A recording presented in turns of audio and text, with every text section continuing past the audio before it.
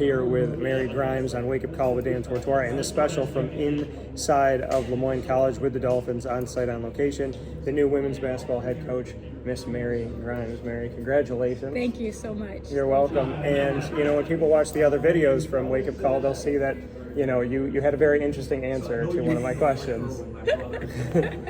So for you got the personality. Yeah. And what Gina said to me is what she has seen in you from a player to a coach is you really have not changed. You've stayed who you are. Yeah. And I kind of take that from my own life. As one of my good friends said to me, one of the hardest things to do in life is that when somebody meets you as a kid or as an adolescent, a teenager growing up to an adult and, a person in the community, it's hard to see the same person through.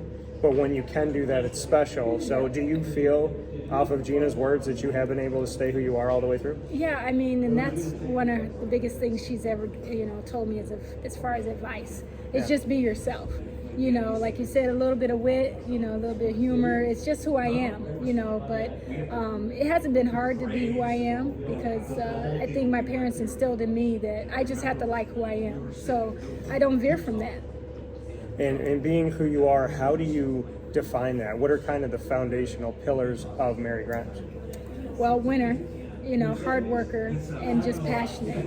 I started off playing tennis and I got into basketball, and as soon as I found that round ball that went through the hoop, it was just like an easy decision. So I stopped playing tennis, and I've loved basketball ever since. So I'm passionate about it. I love the game, but I like the relationships that I built with the players as well.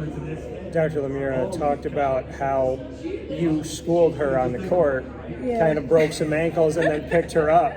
Was this a kind pick you up? Was this a little trash talking? No, to go back to those, yeah. But how surreal is it to have played her on the court and have her guard you, and now she's somebody that's helping you to have this next chapter and give you a job? Yeah, I guess it's kind of funny that, I picked her up when I was a young pup, and now she's picking me up to have this opportunity. And, I was going to mention it, but I'm glad she did. It looks better. But, it was a great time, and what she's done here, I'm really excited to be a part of. What is it about LeMoyne that he continues to bring you back? I know you talked about some of the Jesuit piece of it, but why do you feel like you keep getting called back here? Yeah, I like the small community feel. I'm from Detroit. It's a big city, but I went to a small high school. So I like that you can meet people and they know who you are. They know your name, and being at some other places where, you might say hi to somebody one day and then don't really remember their name the next. It's, it's tough. So I really like that small community feel where everybody knows each other.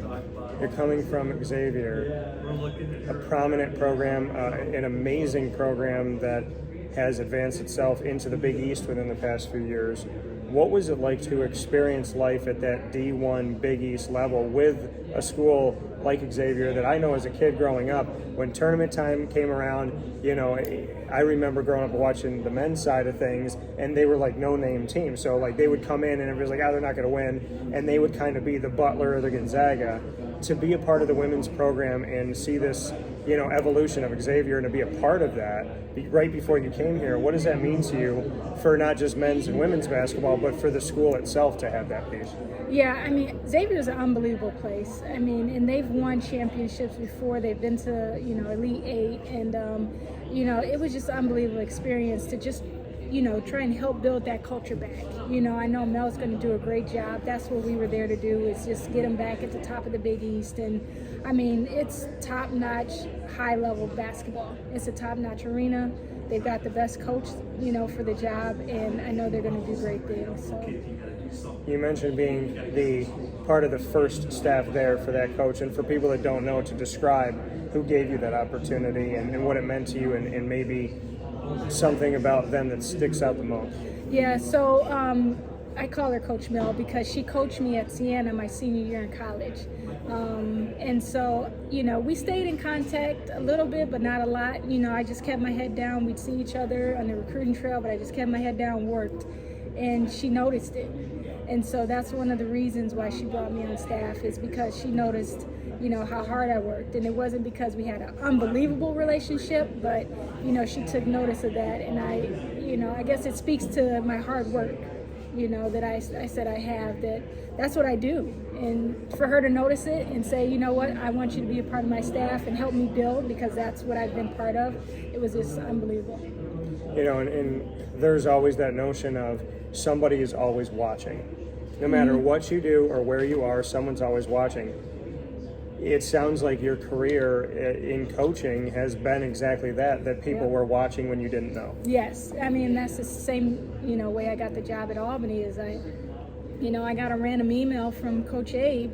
It said, do you want to come back to Albany? And people think, why do you want to leave Syracuse for Albany? But it was a perfect fit for me and my family at the time. And, people told her, if you want a recruiter, if you want somebody who's going to work, they recommended me. And I didn't know the people who were, saying all these good things about me. So, that's just me. I just put my head down and I go to work, When you're doing it for the right reasons, you're doing it for the kids, you're doing it to try and teach and to lead and to build. You brought up God, and I can appreciate that, because my show's tagline for Wake Up Call is where sports meets life. And it's meant to be a wake-up call. Mm-hmm. And we talk about God freely on the show, and I don't push it, but when someone has it, I welcome that.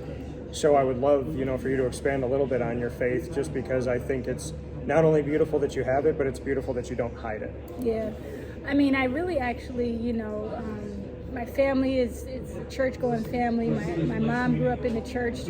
My aunts, they were in the choir. They were in the, church their whole lives. And, hearing those stories about, how important God was to them. Now, I didn't go to church a ton, but I actually really developed my relationship with God when I was here in Syracuse. And it really expanded. And just seeing the impact of, how he can have a positive impact on my life, and just being able to trust in something that, maybe some people don't understand, but having some faith. I always tell my daughter, just because you can't see it doesn't mean it's not there. We can't see the wind, but you can feel it, So, I just take it one day at a time and trust that he's going to guide my steps. And, like I said, I thought other jobs that was my job. I should have had that job, but in his time, and we can't rush his time. And for you, like you said, kind of going through all this, you found your faith here. Mm-hmm. Why did it happen here in Syracuse? I think in the Syracuse area in general, I was just looking for something else. I got the job at Syracuse. I had a great job. I mistakenly bought a Mustang as my first car. Up here. Yeah. And it was a standard, so I felt like I had all this stuff, but something was missing, and I think I found it in God, so he was that piece that I just felt like I was missing. How did you find it? Just by starting to pray? Did you go to church? Yeah, we went to church. Okay. I went to a church and just developed that relationship. Like I said, I grew up around it. I didn't necessarily go to church, but I knew it was important. What was life like at Syracuse, looking back on that time?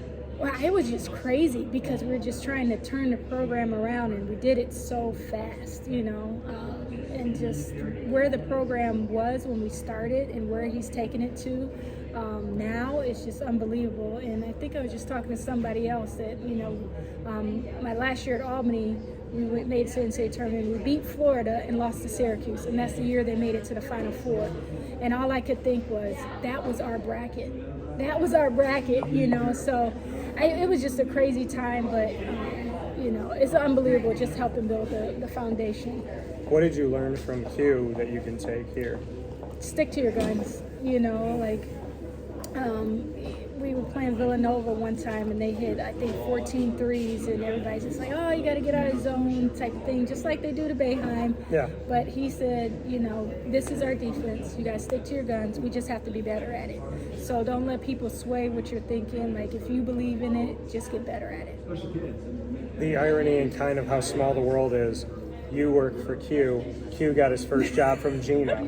Then you work for Gina. Yep. How strange is that? That is awesome. You know what I mean? It's a small community of basketball coaches. We all know each other, and we all talk. So, it's a little bit strange, but it's pretty cool too. for you as you step forward?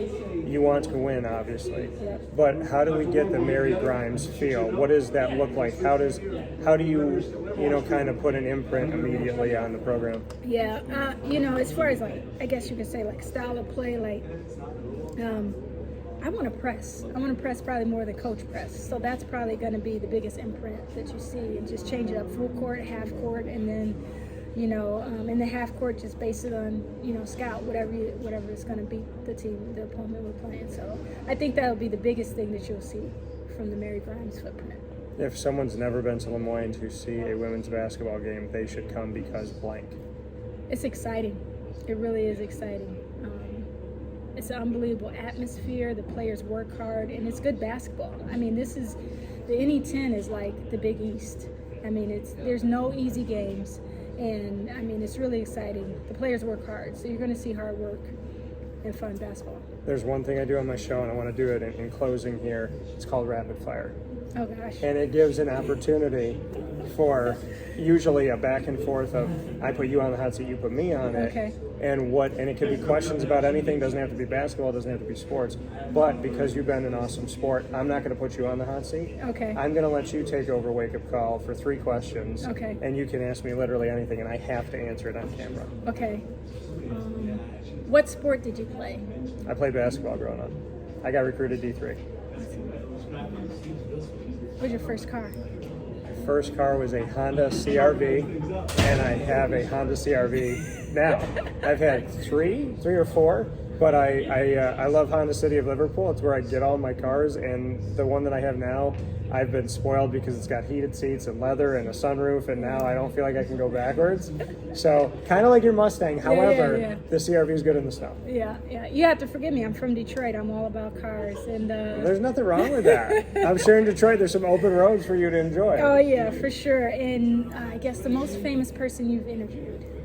Most famous person I've interviewed.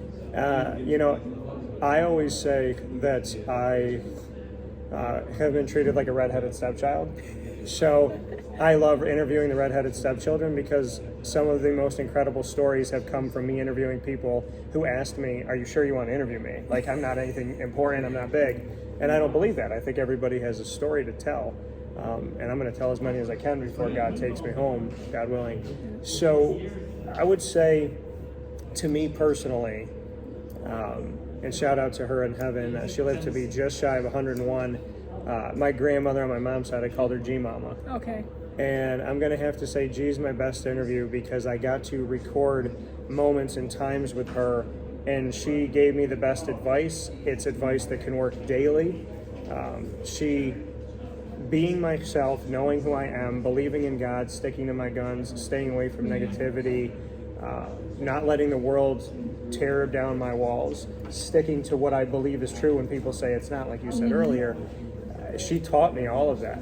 She literally taught me how to handle this world. And she would always say, number one, I said, Grandma, what do you do? And she said, believe in God. And then we went from there. Keep your nose clean. Yeah. She said, if they don't like you, piss on them. She would always say. So shout out. Advice.